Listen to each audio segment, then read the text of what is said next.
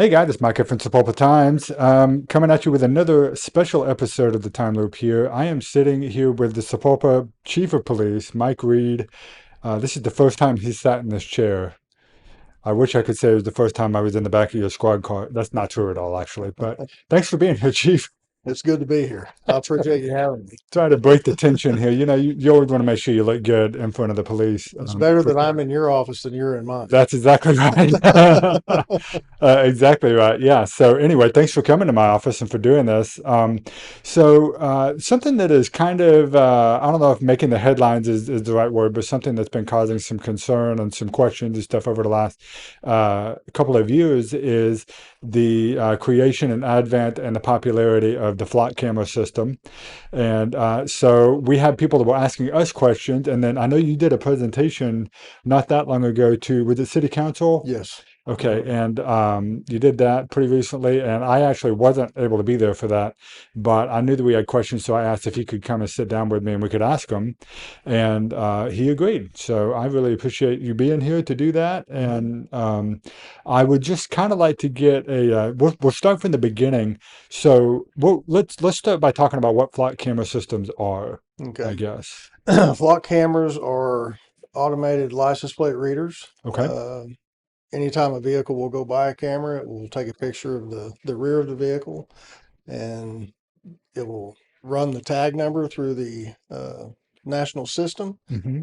And anytime a vehicle is entered by a law enforcement agency into NCIC or for any type of criminal investigation, it will put out an alert to us that vehicle is in town, and that alert could be anywhere from a stolen vehicle, a stolen license plate, a maybe a silver alert, a missing endangered person, Hmm. um, a gang or a suspected terrorist, sex offender. There's a lot of different things that we'll get an alert on. Okay. And to be clear, I can't show it to you guys here, but he did show me how the flock camera system works. I went over to his office. One of those times you don't want to do that, and you kind of walked me through the system and showed me the process and everything. And it was cool. I mean, I'm not gonna lie, it's kind of a tech geek. It was neat to see. I guess I can kind of understand where some of the concern comes from when folks don't have all of the facts and stuff. So, um, before we get into what flock camera system does not do, how long has Sapulpa specifically had flock cameras? We went online in December of 2024, so about a year and a half. Okay, and Sapulpa has 6 cameras at the moment, Yeah, right? we have 6 cameras. Okay, and now I know that there are also some. I think Creek County Sheriff's Office also has some. Yes, they have 7 cameras and they're positioned fairly close to the city, but they're out in the county, Okay, so outside of city limits, outside but the city limits. okay, but you talked about being on the NCIC database and stuff. I guess in that way, you guys can kind of talk to each other, and if they get an alert, do you guys get that, or how does that work if Well, something goes through their camera? we only get the alerts that hit our cameras. We don't Okay. get the alerts that hit the counties or anybody else's cameras. Whenever we got the cameras, we spent a lot of time trying to figure out the best place to put them, Hmm. and we finally made the decision that we were going to put them kind of on our major arteries coming into town, so we would know who is coming into our town. We don't have any cameras that are facing outbound traffic going out of town. Right. Uh, we would like to eventually get those, but right now it's just vehicles that are coming into our town. So that way we know if there's a wanted person, things of that nature, missing endangered person. We know that they're coming into our town and we need to start looking for them. Okay. So And yeah, I mean, it's much easier to get them while they're coming in than when they're leaving, right? correct. So, Yeah. okay, so that helps with that. And so 6 cameras, had them for about a year and a half. I know you guys have already had a good deal of success with them. We'll talk about that here in just a second. But I think it's good to clear up some of the misunderstanding that people have about flock cameras. There's a lot of, and I will say, I think in some ways maybe it's different from city to city, possibly, but there's been some other stuff surface online of some things that kind of range from valid concerns to conspiratorial type stuff. And so I thought we would kind of clear up some of that. One of the major ones, I think, is people are afraid that you are doing like facial recognition and scanning their faces and stuff.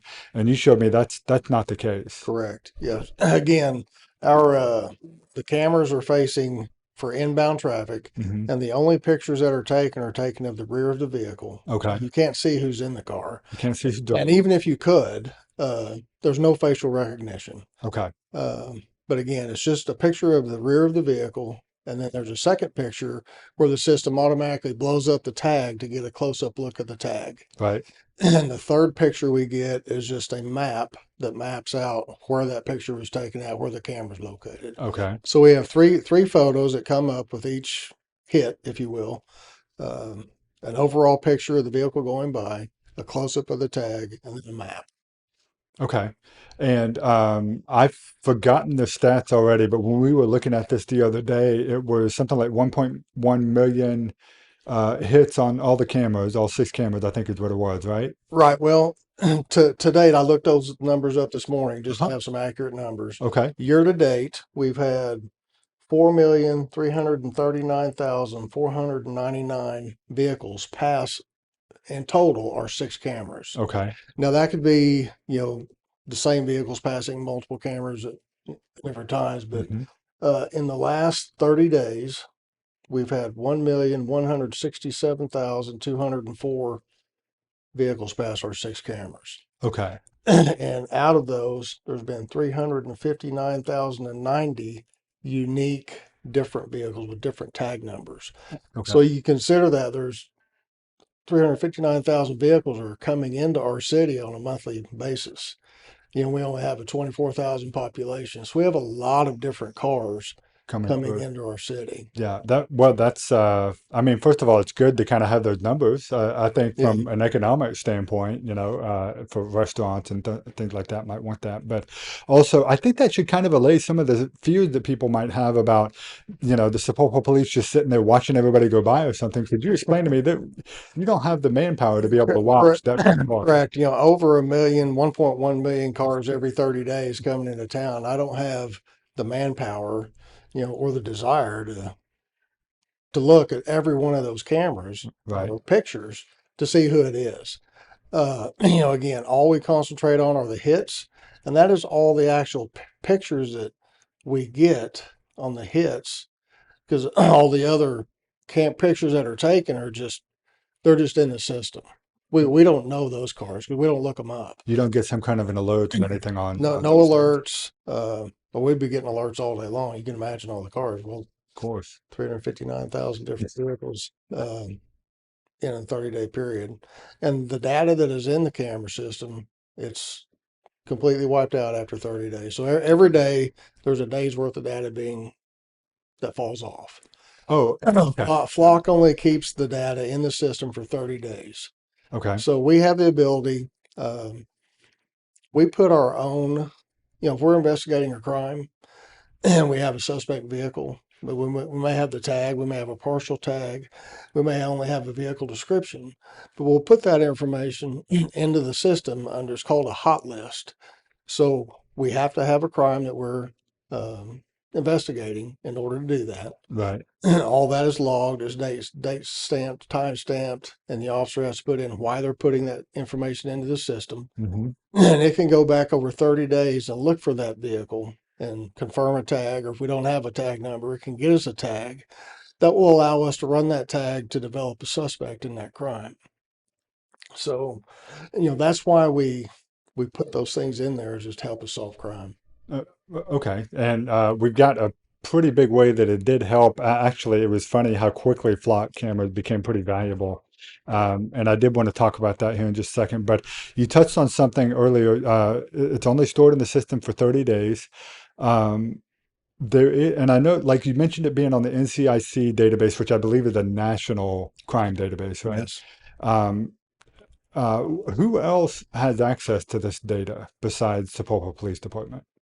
Our flock data, Yeah. anybody that we share it with. Now we share it with, there has to be a request, Okay. a sharing request, and any law enforcement agency in the country really can send us that request who have flock cameras. Now currently, we don't share our data with anybody outside of Oklahoma. We originally did, but we've taken the out of state access away, Okay. and we share with I don't have the exact number, but we serve with a bunch of different agencies inside the state of Oklahoma Okay. because, especially in our surrounding area, we deal with the same criminal element. So it's a great tool for us. So you're saying that the same kind of person might be showing up on our cameras, also showing up in cameras in kind of the immediate vicinity and stuff, Right, and so it's worth it to share the data right. with them. And I can go into our first real success story with the flock cameras to kind of demonstrate that. Yeah. Uh, Back in December of 2024, when we first went online, it was probably 10 to 14 days after we started the flock cameras.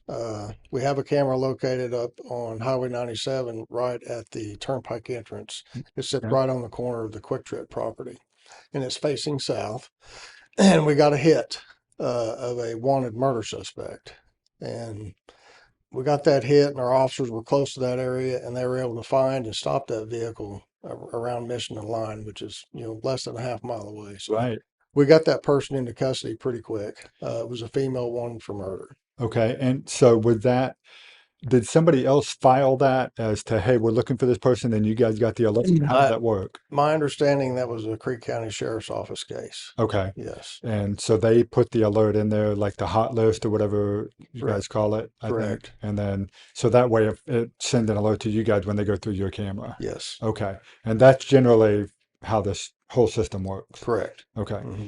All right. That's good to know. And I was really pleased. I mean, I think if you want evidence of whether or not this is working and keeping us safer, I think that's a really good way to kind of prove the use case for it for sure. Yes, we've solved a lot of crimes since we've had the flock cameras. Again, anytime an officer locates a vehicle that we get a hit on and they make an arrest, or they develop a lead in a case for the detectives, they have to go inside the system, and we have a thing called outcomes, and they have to put that information in of what the outcome was of the traffic stop on the hit.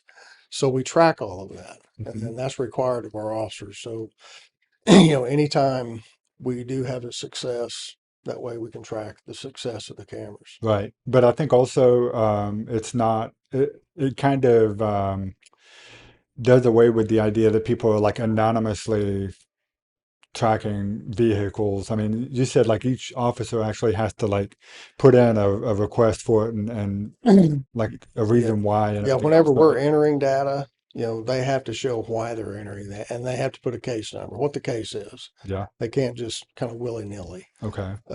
if you will. And So then there are, I believe there are audits that are done yes, periodically. yes, there are audits that are done. So the system has been, again, it's been a great success for us. Yeah. Okay. Are there any other kind of misconceptions that you think are floating around out there that you I, want to address? I've seen the social media stuff just like everybody else. Yeah. And I think people think that we are surveilling them around town. We know where they're going and we follow them. Hmm. But there's no way that we can do that. One, because as long as your vehicle is not entered for some particular reason, like you've been involved in a crime or your vehicle, it's a stolen vehicle or whatever, we're not getting a notification of your car. Okay. So, and we don't have 1,000 cameras in town where we can actually track somebody's movement.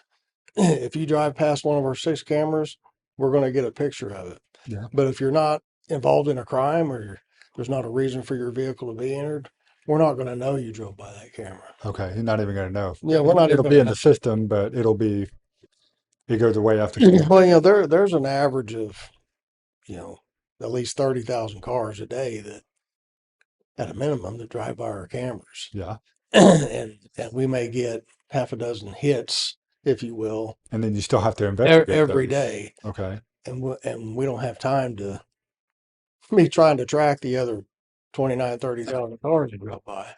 We just don't have the time. Well, and I think it would be a pointless endeavor. I mean, it's like Right. probably most of the time you're going to find out So that person's if just you going to drive by Walmart or one of our whatever. cameras, we're not going to know where you're going and we're not going to care where you're going Okay. And it's not hooked unless up you're a bad guy and you're unless you're a wanted. bad guy. And Right. you're wanted. Right. And at that point, I mean, that's the whole reason for it, right?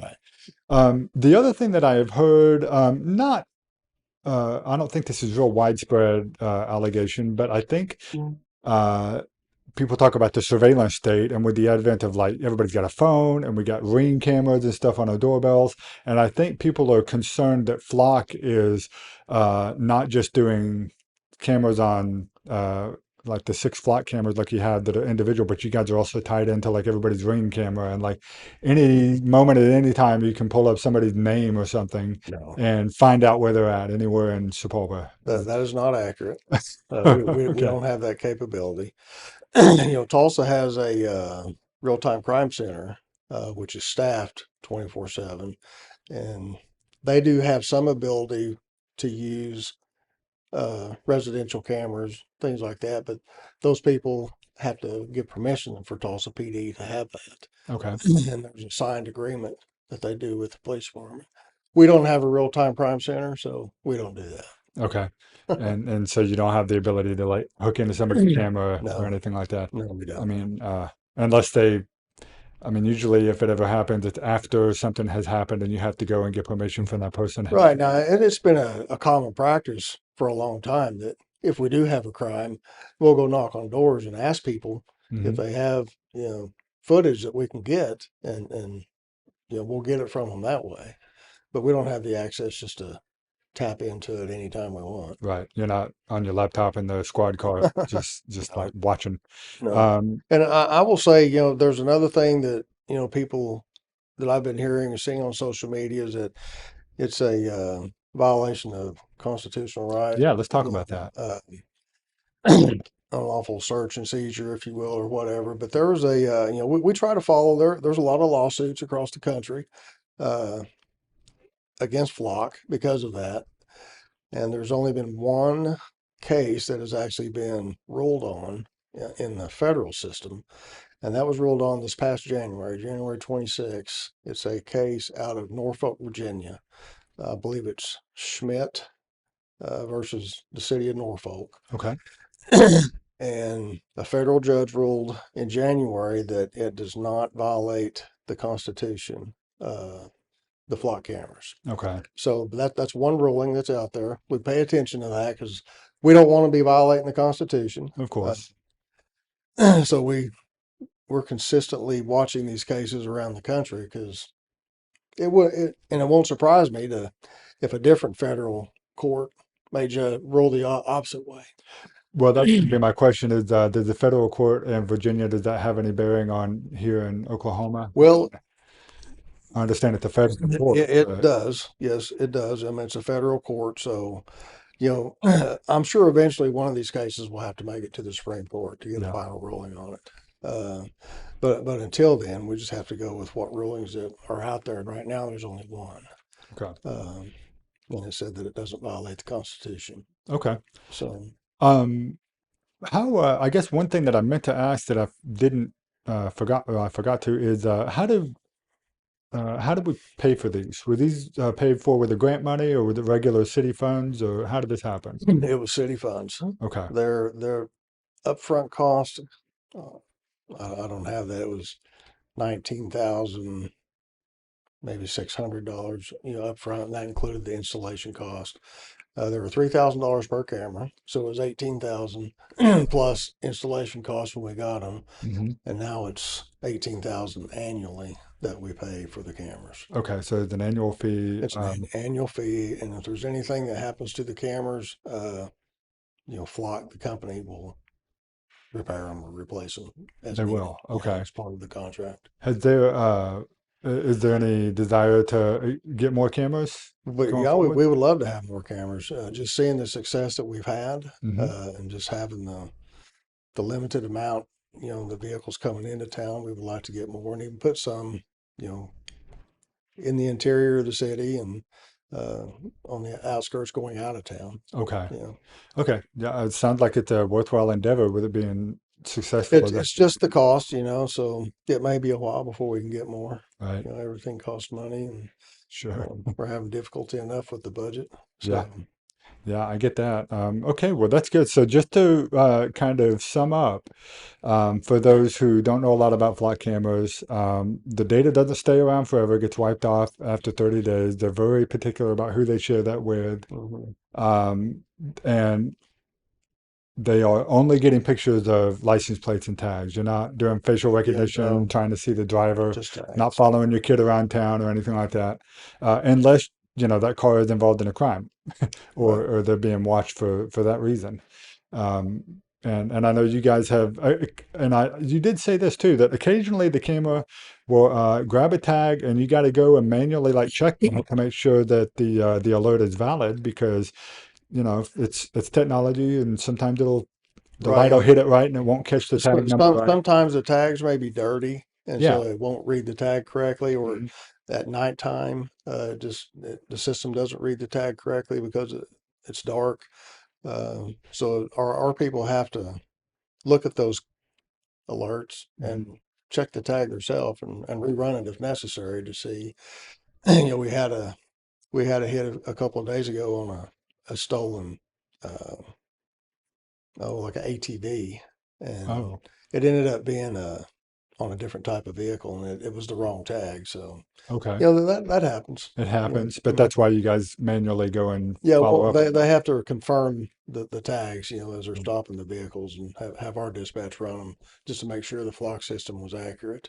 Okay. Well, and one other thing I guess we kind of missed on is if there's no tag, if the car happens and I have one or something, I mean, you're still able to do a search basically for the characteristics of this car to try and find. I mean, now you have to filter and sift through all those Right. results. Right. But if somebody's driving through town, they don't have a tag, but it's a white sedan, Yeah. like you can do that, I guess. Sticker in the back window, or Okay. you know, whatever, just the characteristics of the car. We can enter those, and And that's if you get like an alert from somebody else or something that says, "Hey, this just happened. This is the description of the car." mhm. Okay.